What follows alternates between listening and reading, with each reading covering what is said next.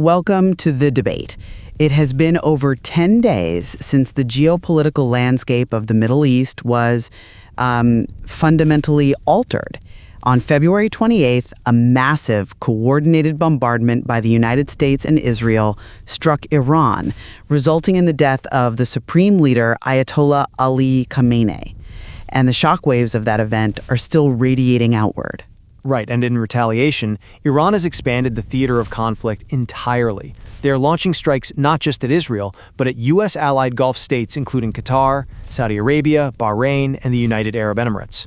Exactly. And that expansion is happening in a very specific, degraded context, because for years, Iran has relied on its axis of resistance. But today, those traditional Iranian proxy groups, Hamas, Hezbollah, the Houthis, they are severely weakened from years of prior confrontation. So the core question of today's discourse is one of global alignment. Right. With its regional shields effectively shattered, is Iran entirely isolated on the global stage as it faces this massive military pressure? Or are its major global partners, specifically China and Russia, providing calculated asymmetric support? I hold the perspective that the concept of Iranian isolation is, well, it's a Western illusion.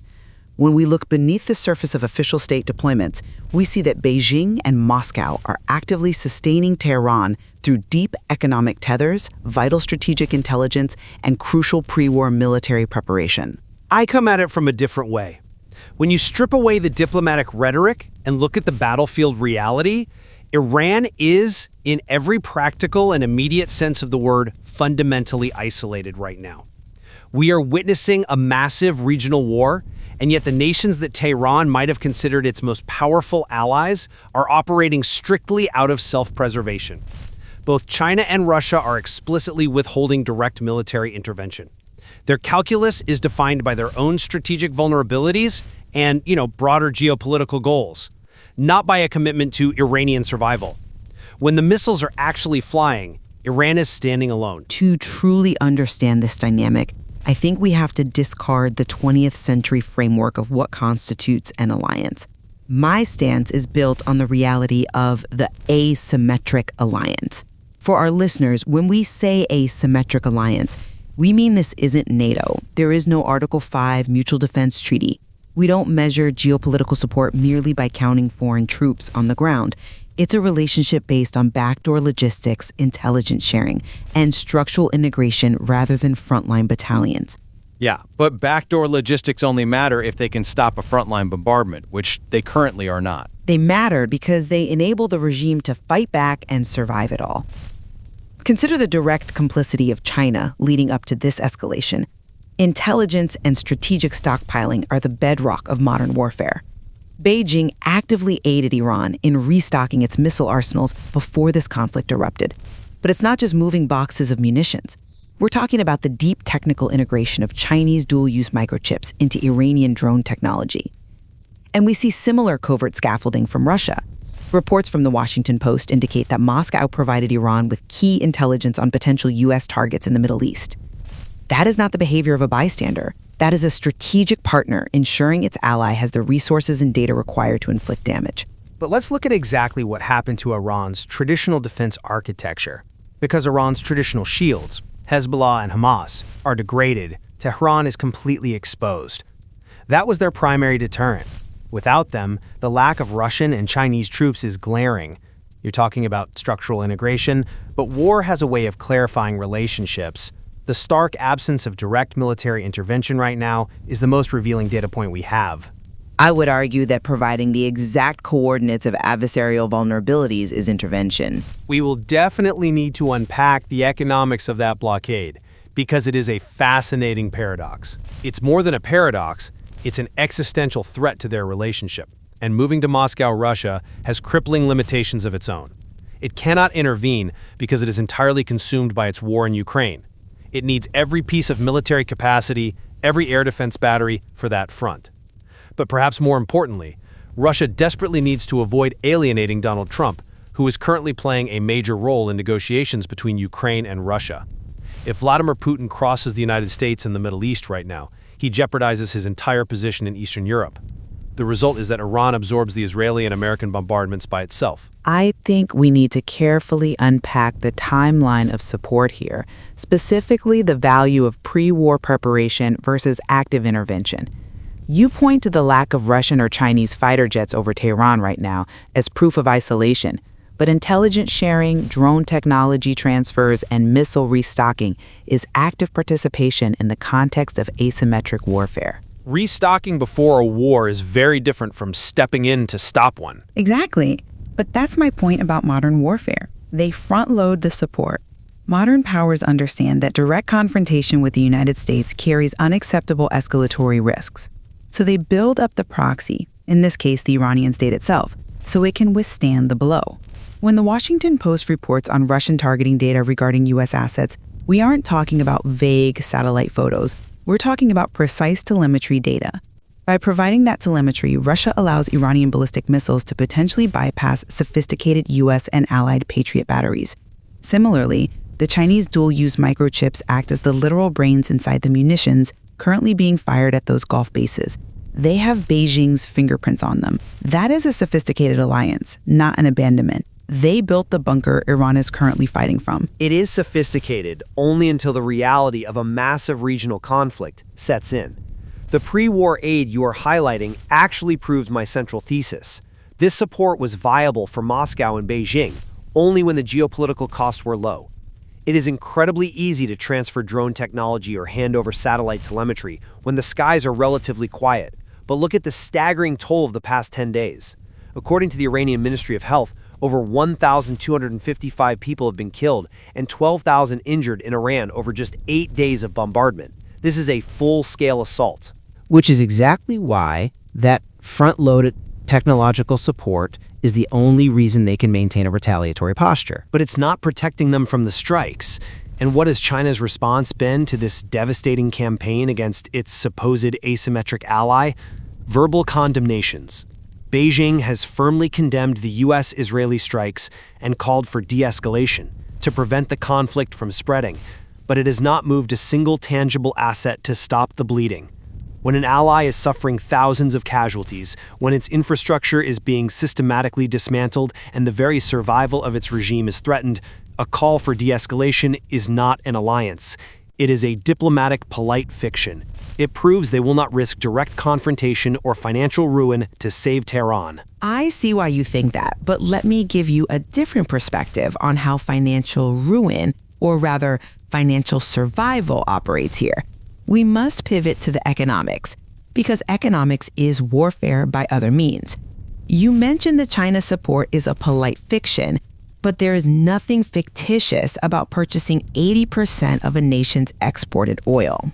But that's exactly where the contradiction lies. Hold on, let's trace how that oil is purchased, because it fundamentally refutes the idea of isolation. Despite years of intense international and U.S. sanctions aimed specifically at isolating Iran, China has systematically defied that pressure to keep the Iranian economy afloat. They don't just buy it on the open market.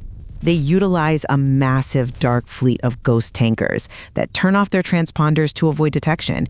They settle these trades using yuan-denominated exchanges that actively bypass the Western SWIFT financial system. This isn't passive trade. It's a highly engineered financial lifeline designed to defeat Western sanctions. They do it because they get a steep discount, not out of loyalty. The motive almost doesn't matter if the result is the same. That symbiotic relationship provides the exact capital necessary to fund the Iranian state and its military apparatus. We are now seeing a massive leadership transition in Tehran following the Ayatollah's death. Mojtaba Khamenei has been chosen as the new supreme leader, and he's reputed to be even more hardline and conservative than his father. For a new ultra-conservative leader to sustain a war effort of this magnitude, he needs unbroken revenue streams. As long as China continues to buy that oil through their ghost fleets, they are the economic engine of Iran's war machine. That is not isolation. That is active economic sustainment. You're calling it an economic engine, but I look at the map and see a massive strategic contradiction. Let's trace where that 80% of oil actually goes and how it gets there. Your economic lifeline is built on a foundation that is currently tearing their relationship apart.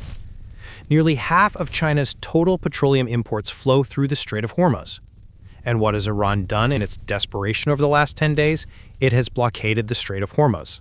It's a drastic asymmetric tactic, yes. It's an absurd tactical contradiction. We are looking at a situation where Iran is literally strangling the exact maritime route its biggest customer relies upon.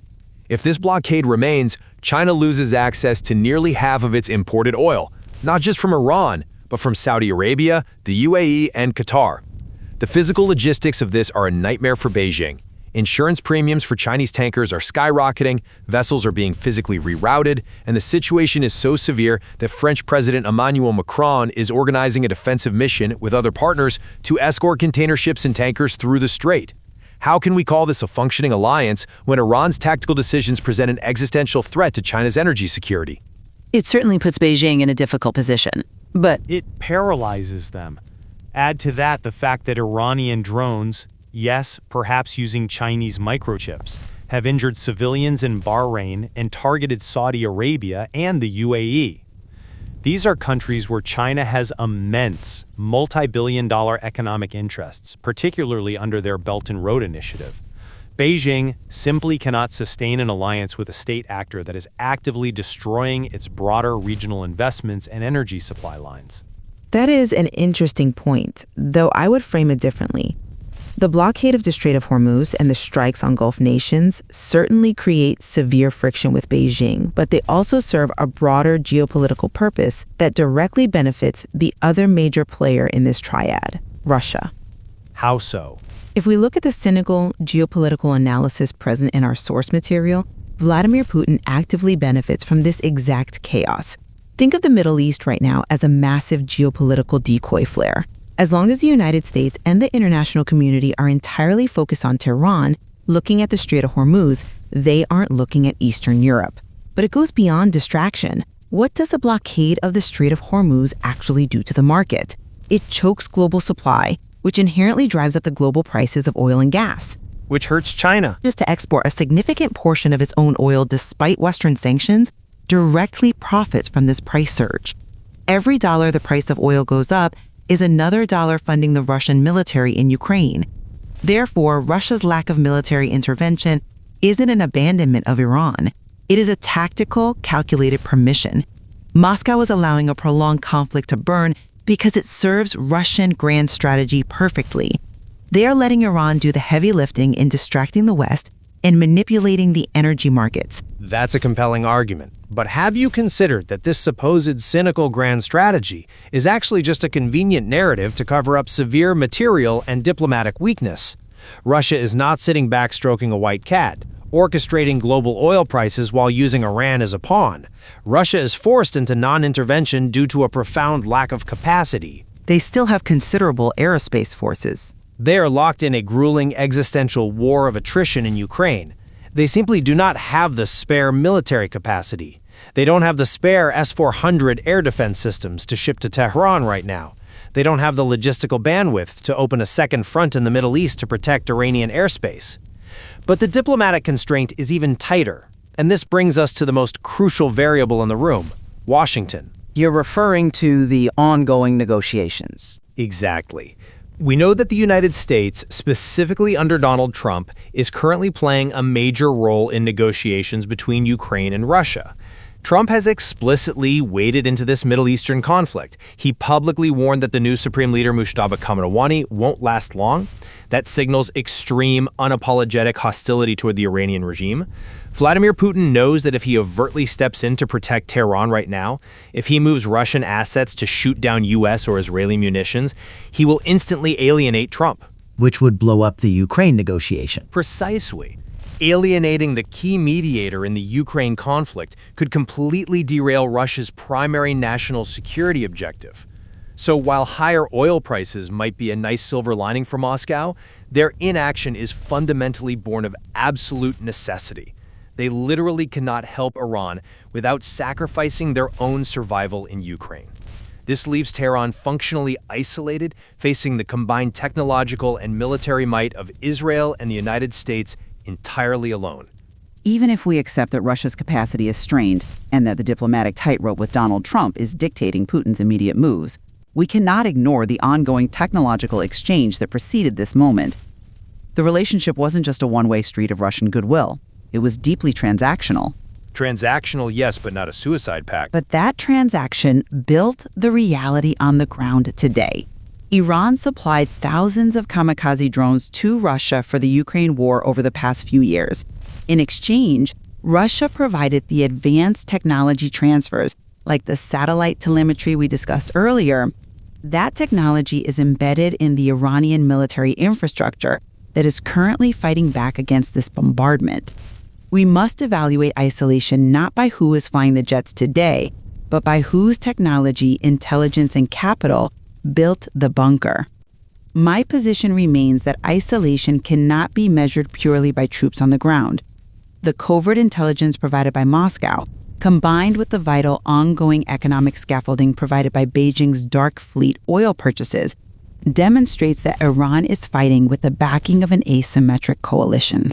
They are facing the bombardment alone physically, yes, but their capacity to endure, to fund the state under Mujtaba Khamenei, and to retaliate is underwritten by two global superpowers. And my summary is that when the survival of a regime is actually on the line, the true nature of its alliances is laid bare.